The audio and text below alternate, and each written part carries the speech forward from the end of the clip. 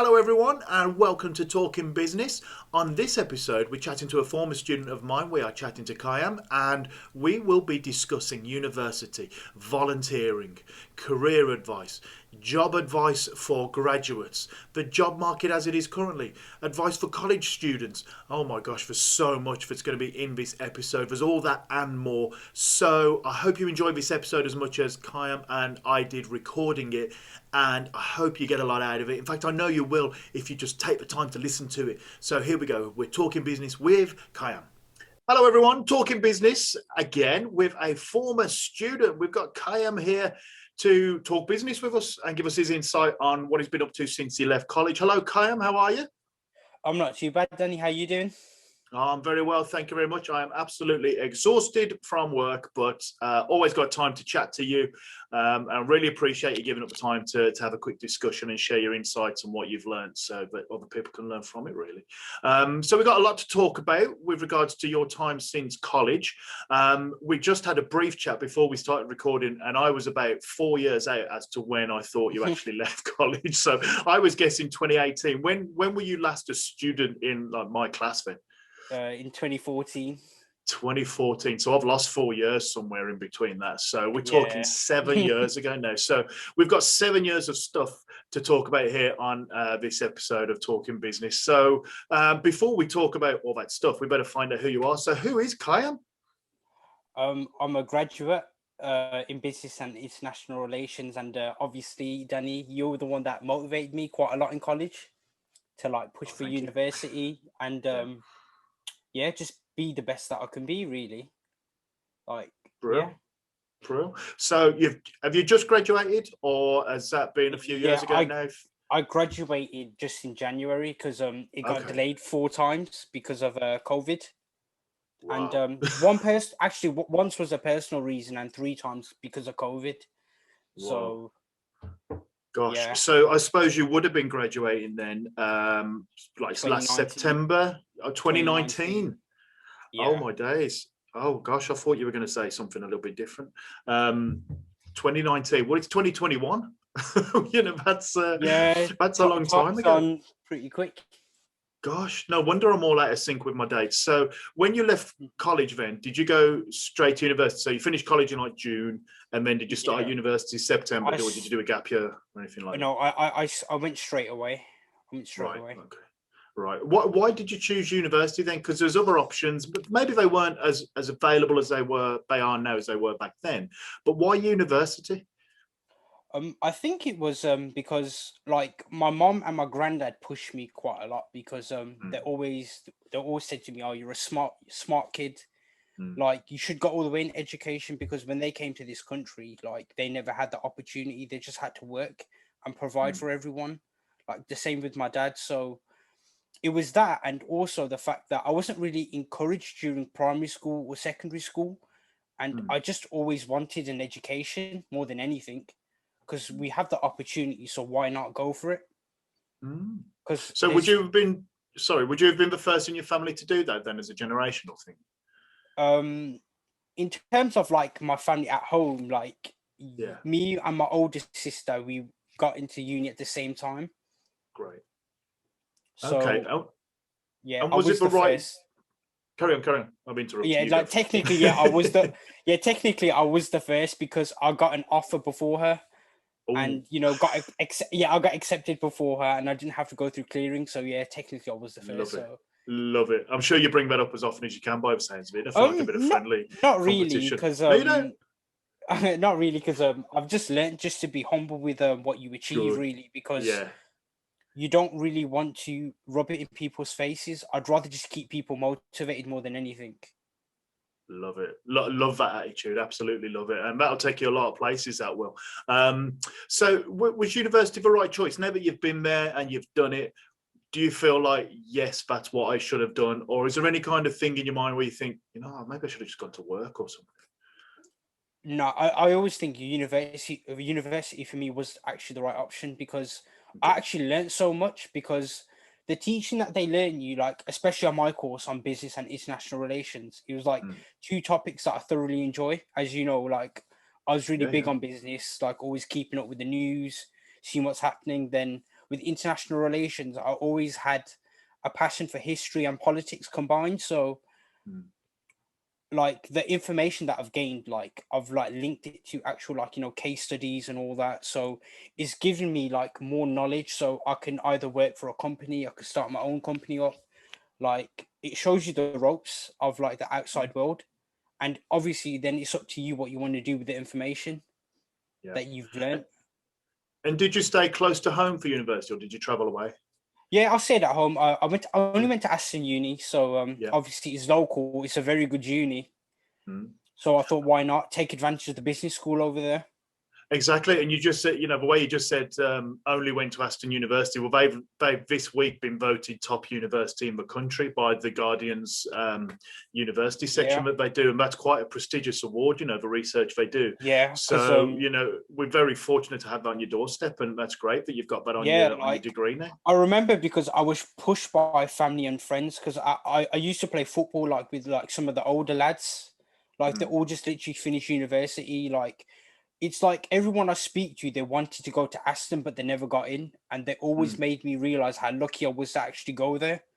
Because when I got my place, I started doing more research on it, which is something I should have done beforehand. But Right. I just realized how prestigious the actual business school is, and also the international relations department is as well. Which to like obviously is like when I got my place, like I was even more excited after my research. Like I just literally couldn't wait to go. Wow. So, So I mean, let's take it back a bit then before the Aston University. Let's take yeah. it back to college times, and maybe even before then. So, in terms of career goals, I know we do a thing in education, but I'm not a big fan of, year 9, you have to pick your options because you're supposed to be thinking about what you want to do for the rest of your life. And then you go to college, and then you're supposed to be thinking about what you want to do for the rest of your life. And then guess what? When you leave college, you have to think about what you're going to do for the rest of your life. So have you had a set goal in mind since like year 9, college, university, or have you been on a bit of a wavy path with that in terms of making decisions like that? I think it's definitely a wavy path because in school I felt like we weren't really pushed in a direction. We were just given ultimatum, sorry. Yeah. Yeah, so it was just basically they were like, here's some options, just pick whatever. They never really educated us on why we should pick what we want to pick. We just basically picked what our friends picked essentially because Right. they had like gifted and talented who got more options than us. So we literally only got to pick like 3 extra subjects, whereas they got to pick 6. So Wow. yeah, and like we had to pick 3 from roughly about 5. So the variety really wasn't there. That's hardly any choice at So all, then, is it really? exactly, yeah. So It's like options with air quotes around it, isn't it, when you yeah, look at it so like that? all I got to do was like 6 GCSEs in total Mm. from year 10 and 11, and Mm. I just about scraped 5, which Mm. isn't too bad considering I'm not an exam person. Mm. So yeah, like school was a real struggle because I had no idea what I wanted to do. Yeah. Did that come into a bit more of a clearer focus at college and the start of university, or are you still keeping an open mind? Because, you don't have to decide. I feel like I'm chatting to some of my students in my class now, but obviously you don't have to decide what you're going to do for the rest of your life. I didn't start teaching until I was 25. I'm 41 now, and I still don't know what I'm doing for the rest of my life. So, have you kind of made that decision yet, or are you still trying to There's go like through that thought process and experimenting with things? there's a couple like sectors that I want to get into within the business sector itself. Like banking really Mm. interests me. I think I might have spoken to you about banking before, I think so, yeah. which you probably won't remember. Like I said, 7 years ago is a long time.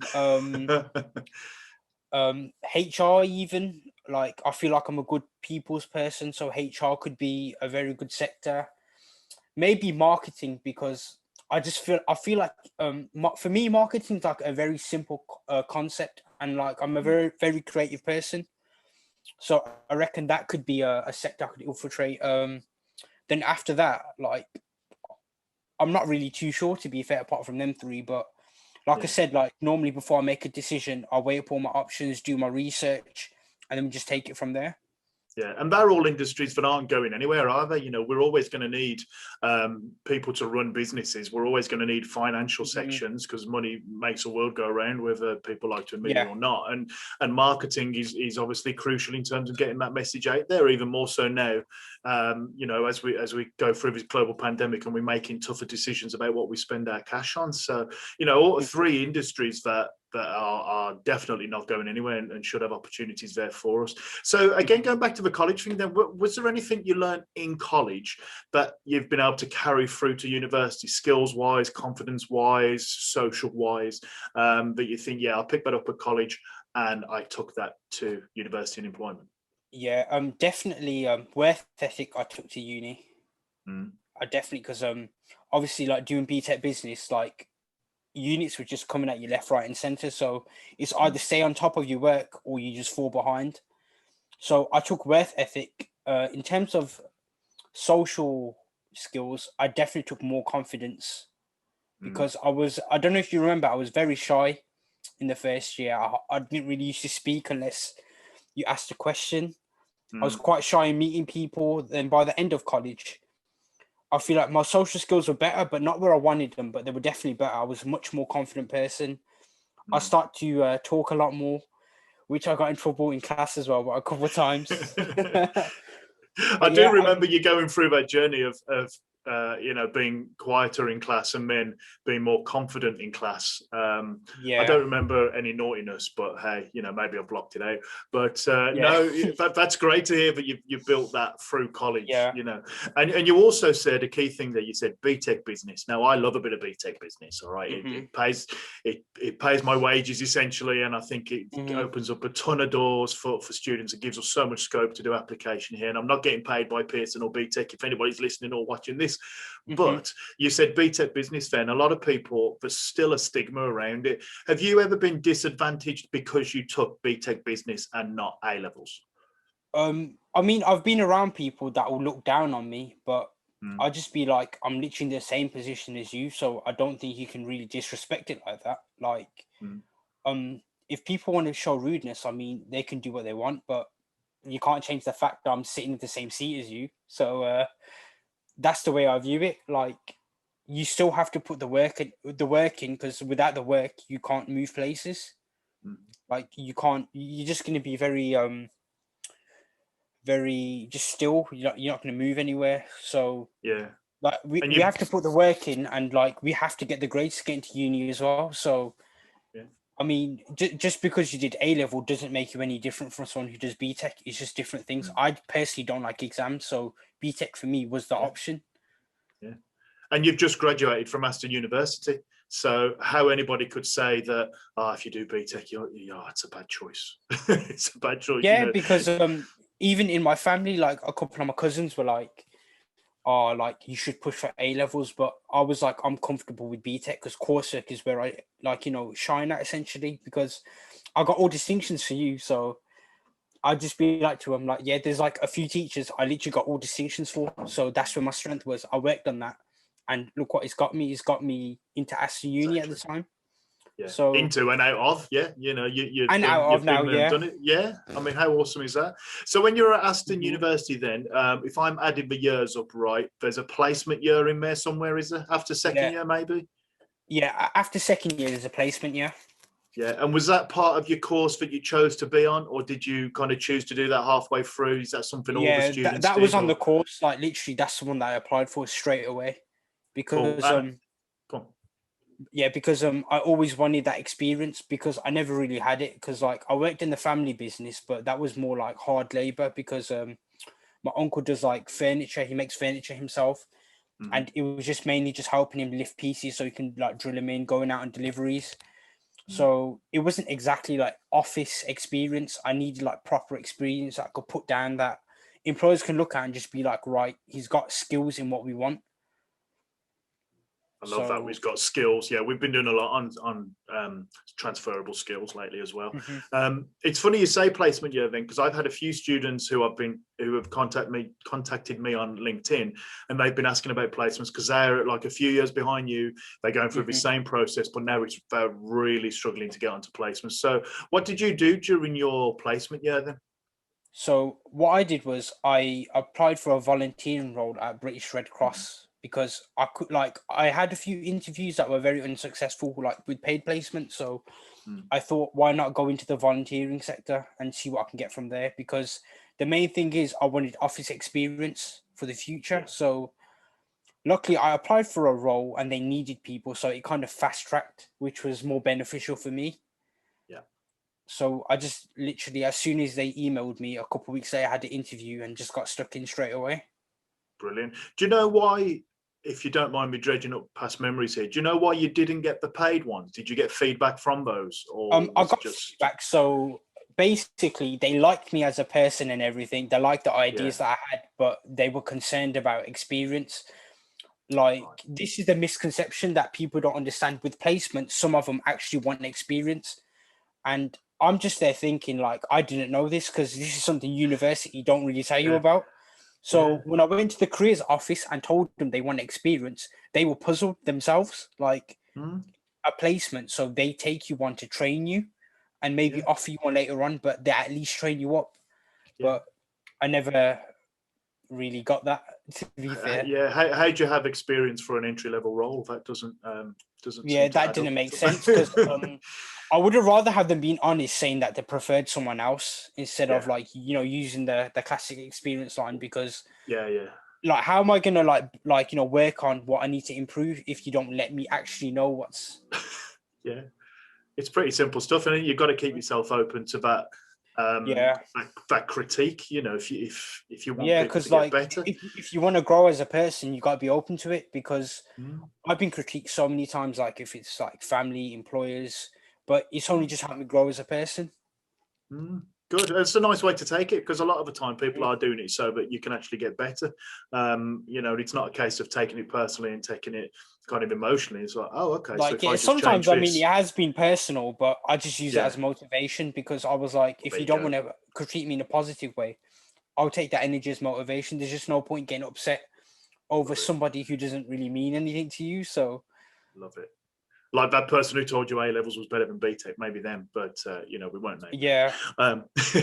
So, fascinating stuff. So, okay, so we're at uni, we've done the placement year, or we're doing the placement Mm, year. What did you get out of volunteering then? Because it's something I bang on about a lot to students, that go volunteer, go help mhm, out, get it on your CV, and a lot of employers do as well. So let's ask somebody who's actually been there and done it. mhm. What did you get out of volunteering? So like the first thing that I got out of it was working as a team. Like Mm, everyone's roles, they link with each other. That's what I realized.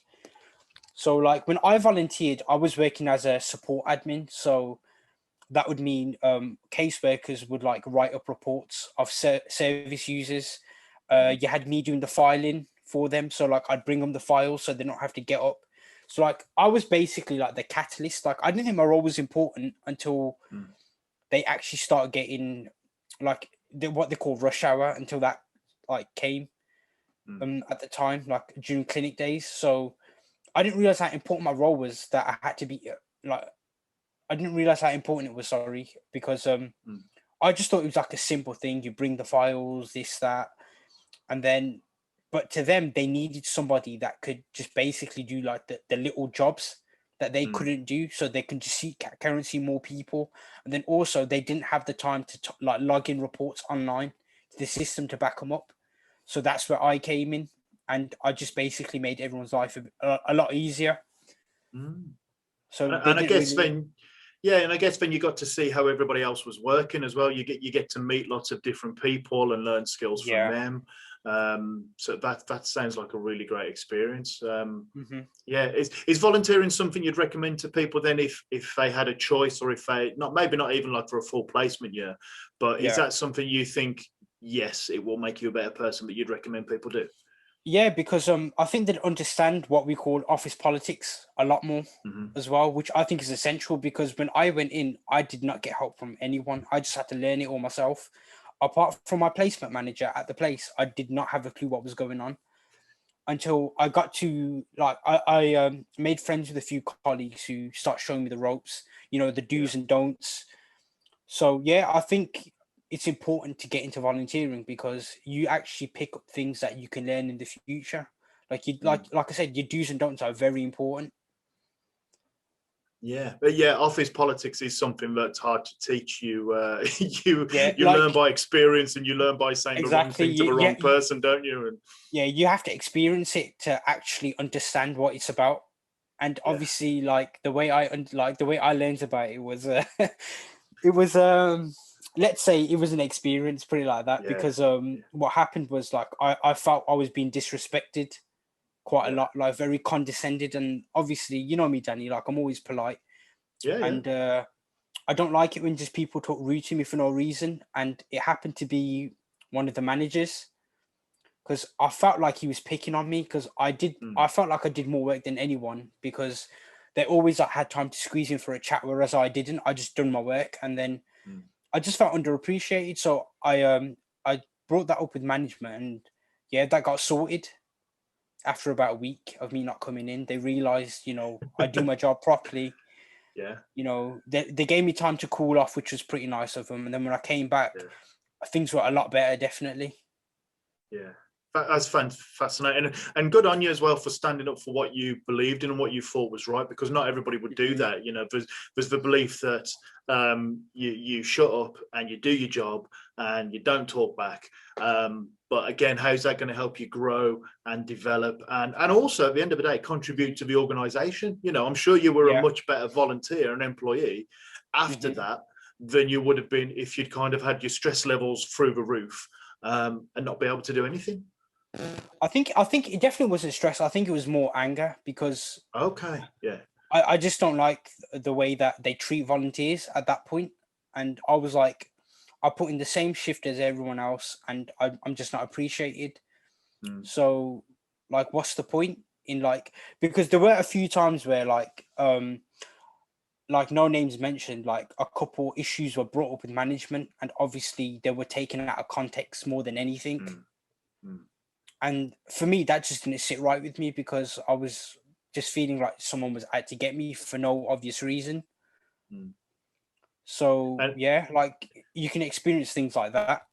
yeah, and they did then sort it out, and then you did finish your placement there in a much Yeah, better state. Is yeah, that right? yeah. I Yeah. finished my placement in a much better state. More than anything, they wanted to keep me on for 2 more weeks before they Oh got someone wow, else in. wow. But yeah, I declined it because obviously before uni started, I needed my rest. I wanted to like Yeah, yeah. actually go out, enjoy myself, like recharge before the final year and that. So Yeah. Well, what a great example of, you know, having an issue at work mhm, and dealing with it and having managers who will actually take time to listen, give you the time to reflect, give them the time to reflect and actually move forward with it. Because that's so nice. It's terrible to hear it happen in the first place, but it's yeah, fantastic to hear that they actually cared about you enough and their mhm, role and their, you know, very, very important role in a lot of communities. So it's very yeah, important. And it's great to hear that they did actually say, you know what, we need to sort this out, and that they did, so that then, you know, future volunteers down the line don't end up in the same situation as well, and it becomes better for everyone, mhm, doesn't it? Then, yeah, so all right, so you do your placement year, you do another year at university, you graduate mhm, eventually. What's the job market doing at the moment? Then, so we're recording this. It is mhm, March 2021. We've had a year of COVID lockdown, start, and all those kind of things. So for a graduate, mhm. what's the job market like and what's the feel out there? I think the feel is like it's all about patience because you've got to be prepared for the worst, in my opinion, because there's not a lot of roles going around. So if you don't get a role, there's just no Mm, point dwelling on it. You just got to be patient, keep applying, mm, and hopefully something comes up soon, and mm. I could just crack on with my career. That's all I'm literally hoping for. Yeah, But yeah, because of COVID, I can't really do much because I've personally put health over like actually like just kickstarting my career because yeah. before COVID, I was bedridden for about 3 months, and I Wow. thought to myself like I'll do anything to avoid COVID because I just don't want to be sitting in my bed all day, Yeah. like doing absolutely nothing. Like I don't want to go through that again. Mm, So I thought to myself, like, the main thing is like just trying to keep my health up during this yeah. time, apply, and whatever happens, happens. I think that's the healthy mindset because I don't want to put myself in a position where I start becoming depressed because post graduate depression isn't talked about enough because I've seen what it's done to like a few people and like I Mm, literally do not want to go through that. So I just basically try to keep myself busy, and then hopefully an opportunity arises that I actually get. So Yeah. I'd say Yeah, that's the way that yeah, I'm looking at it. yeah, and you've got a long working career ahead of you. Hopefully, a happy, productive one. Mhm, And if financially you're okay for a bit, with family support or whatever, then great. Take the time because your mhm, health comes first over everything. You mentioned something there that I actually haven't heard of, and we haven't spoken about before. Postgraduate depression. And as somebody who has depression myself and deals with mhm. all those kind of things and the challenges it brings, what is postgraduate depression that you know of? That Or that I you've know heard of, about like, and things. Yeah, yeah. people, like, so there's this misconception that after university you're guaranteed a job. What they Right. don't tell you is your degree just gets your foot in the door. Mm. And obviously there's people that, I don't know, they're probably the first ones, like, in their entire generation of their family, that they've gone there and they don't know about these things. Like, whereas Mm. I was told that don't expect a job straight away. So me knowing that, like, I've been okay with it, I've been able to cope. Like, obviously I don't like sitting around at home doing nothing while you're waiting.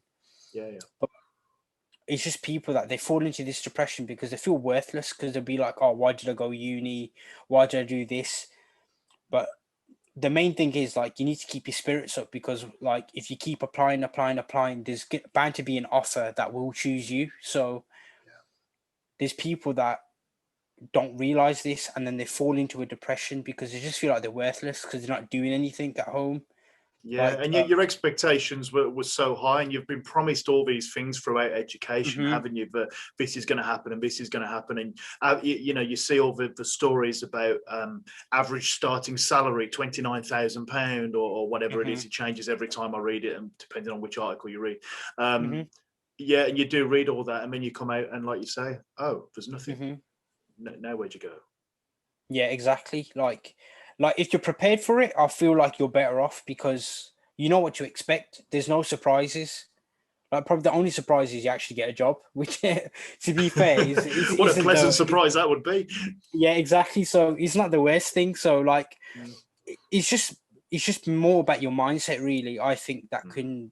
you can avoid depression because obviously, as you know, it's a chemical change in your brain. So Mm. I feel like if you just keep a positive mindset, like, you can avoid that because you'll keep your spirits up. You'll be Mm. perfectly fine. You know what to expect, like I said. Yeah. Um, And yeah, there's lots of support out there, isn't there? There's lots of yeah. advice you can take. There's some great charities and things Hmm. to shape out things. Something like Pause in Birmingham, which I always recommend to the students up to 25 years old. You can Hmm. access Pause if you just Google Pause Birmingham. If you're Hmm. in and around Birmingham, but the staff there are stunning. So there's a lot of support that people can use. It's a shame that we have to have so much support because there's so much demand for it, but that Yeah. is the way that things have gone, unfortunately. So, okay, so Mhm. we've left university, we've graduated, we're ready to rock and roll. What's next for you then? I mean, where do you go next? Or are you just I'm, applying for tons of jobs? Are you going to stay local? Have you chosen a mhm, specific, we spoke about 3 industries you like. What's next for Khayam? mhm. I'm hoping banking because I'd like to work, like, in Barclays, TSB, Mm. Lloyd's, or even HSBC, which has caught my eye the most. Mm. I would like to say, like, I'd like to do it in Birmingham. To be fair, like, home's home, Mm. isn't it? Like, Yeah, yeah. I don't really see myself living elsewhere. I can see myself maybe working elsewhere, but always Mm. living in Birmingham though, because Mm. your heart is where your home, isn't it? As they say. Yeah, So well, I'm still here, and I. So yeah. that's Like, yeah, it's an it'd be interesting nice point. because you could support the family too. Like, Mm. I could do a lot more for my mom than I can do now. So I'd like Mm. I'd like her to, like, witness my success and share it with Mm. me as well. Because Yeah, she deserves it, at least. Same with my dad as well. Because yeah. without them, like, supporting me, like, financially, I wouldn't have made it through. Mm. So the least that I can do is, stick around, hopefully get a nice job here, and just give back, give my thanks in Wow, any way that I can. wow. How beautiful is that? I'm a bit speechless on that. That's yeah, Yeah. caught me off guard. Thank you. That's stunning. I found, well, I hope that goes well for you. There's I think, is it HSBC have put their head offices in Birmingham now. So I'm sure there'll be opportunities, and we'll keep everything crossed for you. So in Mhm. terms of getting hired, then let's finish off with like two or three questions here that I try to ask a lot of people. Hmm. Social media and how important it is to be careful what you put out on there. I know you're on Twitter. Do you do Hmm. any of the others? Have you known instances where employers have looked at social media? Are you conscious of everything you're posting? What's your view on social media from somebody who's a bit closer to the age range of the students who might be watching this or listening to? I think with social media, you definitely have to be careful. For like Twitter, like I've seen people lose their jobs because they just start spouting like racist nonsense that Wow. they Yeah. want to get off their chest. Because so like the thing is, there's people on Twitter that they can literally find out where you live. Like, so if you're racist, there's bound to be somebody that can track you down, and then they actually email your employees and be like, "This is the kind of person that you employ." And like, obviously, like it is like personally, I would say it's a form of justice because it's unacceptable. Like, you Yeah. can't just be spouting nonsense and just expect to get away with it. Mm. And as you've seen, like a good example is like recently, like with the football abuse that black footballers have been getting online, Mm. which obviously is disgusting itself. Mm. And there's been protests for years because I think it was Thierry Henry who started it early 2000s, I Mm-hmm. believe. Like he started like a kick it out racist campaign himself, and like Yeah. even recently he's quit social media because he feels like Yeah. there's not enough support going around because Yeah. anybody can go on there, make an account, spout racist nonsense, and just get away with it. And Yeah. like anyone, literally anyone can do it. So I think it's a good idea that employers actually monitor what people tweet themselves, like their own views. I Mm. think it's definitely a good thing. Like obviously, like I'm on social media because I do like to have a laugh quite a lot. Mm. There's like very explicit content at times that does make me laugh, but obviously I don't share that out. I just see it, I laugh, and I Mm. just move on. And I Yeah. think that's the way to go about it. Yeah, but I mean, there's nothing thinking back to your Twitter, and I have a personal one that's different to this, Hmm. and mine is my personal one, which anybody can look at. There's nothing that's going to get me fired on there, Hmm. but it's just American football. That's all it is. That's Yeah, all I because use it for. mm, I'm not going to use it for anything else really. And yours is mhm. like sports and music and stuff like that. And Sports, music, and yeah, just literally just trying to have a laugh, really. yeah, That's exactly. Which is literally a it. great use of social media, isn't it? But you can actually do Hmm. that. So, top advice there. Everybody listening and watching, be careful because once it's out there, it's out there. You might Yeah, think you've because deleted it. yeah, like you think you've deleted it, but somebody screenshotted it. That's how social media works. So, Exactly. Yeah. Once it's out there, oh my good luck. mhm. You've said it to the world. So, awesome. And two more questions. Then we've been doing some stuff lately in class about skills and Mhm. employers who constantly talk about we want these kind of skills. You mentioned earlier how important teamwork was, which is one of the ones we've been looking at. What Mhm. else are you going to try and demonstrate then when you go for your interviews or put your CVs in? What skills are you thinking? This is what I'm good at. I'm going to boast about this. I'm going to shout about that. I've done experience in that. I think what I do is like I don't really boast. I do my research on the company. So more Oh, when good. they ask questions like about a certain role, they ask technical terms. Mm. And so like I'd want less surprises as possible, to be fair, because like if they talk about technical term, like when I did my volunteering role, they asked me like technical security terms. Luckily, Mm. we did. Do you remember we did data protection in one of the modules? Oh my gosh, yeah. I remembered that, and also at university we learned about it as well, but in more depth, and we Yeah, learned the technical terms. So yeah, when they asked me about it, I was just literally ready, and they were just shocked, like, "Oh, how do you know that?" And I was like, "I learned about it." So amazing. that's just an example of transferable skills right there. Yeah, yeah, brilliant. Yeah, thank you for that. And right, come on, last question, man. I haven't prepped you for this one. So, Mhm. if you could go back to when you were say 17, 18, in where are Mhm. we? March, April, in those last few months of college, and you wish that somebody had given you some advice that you'd followed, or you could go Mhm. back and give yourself some advice that you could follow, what would that advice be? That advice would just be just keep up the work ethic. Mm. Yeah, just keep up the work ethic. Just be yourself. Just yeah, carry on being yourself, which I've done. I'd probably say just ignore the negativity because it's not needed. because you'll have a lot of pressure with work as it is.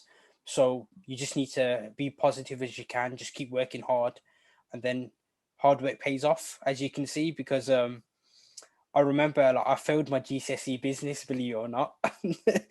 And Funny old world, isn't it, now, as you yeah, because graduate from Aston University with your business degree? with my exactly with my business degree. So like you might not always think that something's destined for you, but if you stick at it and keep working hard, you know, you can get a career in it, and hopefully that's what I've done.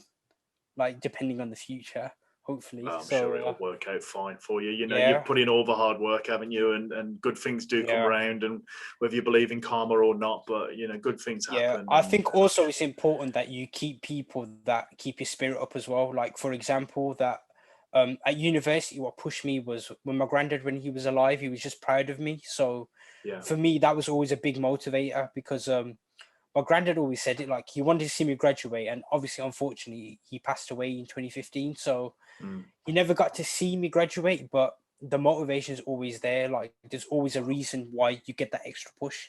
And for me, like the push has always been personal. So like yeah, so anytime someone tells me that I can't, I make sure I get it done. So I can just love move it. on and be like, you know what, I did that. And I don't need to show this person I did that. I just know that I did that personally Yeah, and just move on. And it just gives me like a satisfaction. love it. Love it. But how honest do you want to be? I mean, that is just I stunning. mean, I feel like honest, like you always got to be honest because I think Yeah, students need to be honest with themselves, yeah, like about progression. Are they doing enough? This that because again, that's not spoken of a lot mm, neither. Because normally people just like leave things last minute and they mm, dwell on it later on, being like, "Oh, I should have done this." Like, whereas you should look at yourself in the present. Have I actually done enough? So you've mm. actually got time to fix what you need to fix. Wow. Yeah, brilliant. Gosh, I've lost for words again. That's twice in like half an hour or so. Good grief. Oh man. So yeah, I mean, all I'm going to say is thank you, really, You're for all of welcome. that. You know, we'll stay on the line after I've just paused this recording, but for Yeah. now, for people listening and watching, you know, how amazing was that? There's so much you can take from that. It's ridiculous. So thank you so much for your You're honesty. welcome. Anybody who listens to this is going to get a ton out of it, and you'll be making a difference to them as well in the way Yeah, this I mean, world carries if you on. have me again, I'll be more than I'll be more than happy to give more answers. Any other Oh yeah. questions? Yeah. Like, Let's do it without a shadow of a doubt. You know, I feel like this could mhm. go on for about 3 or 4 hours, and we still wouldn't reach all the advice that you've probably got for people. So, but we'll call it quits at 35 minutes. Yeah, But yeah, thanks, Khayam. Really appreciate that. you're welcome. Yeah, we'll say goodbye for now, and stay on the line. Mhm. We'll chat in a sec. And thanks for Yeah, talking business with us. Really appreciate yeah, it. Thank you very you're much. welcome. You're All welcome. right. Bye bye. There you have it. Speechless twice in one interview. That's how good that was, and that's how useful that was. Good grief, I learned things on that one that I didn't think I was going to learn. So a big thank you to Khayam for taking the time to chat to me for you. I hope that you got a lot out of it, and no doubt you did if you made it this far. So thank you very much. We will see you again on Talking Business. You can find me on all the social media channels. Have a look for Pardo's Business or Mr. Pardo's Business. And I look forward to interacting with you there. And I'll see you again on the next episode of Talking Business. Thank you. Bye bye.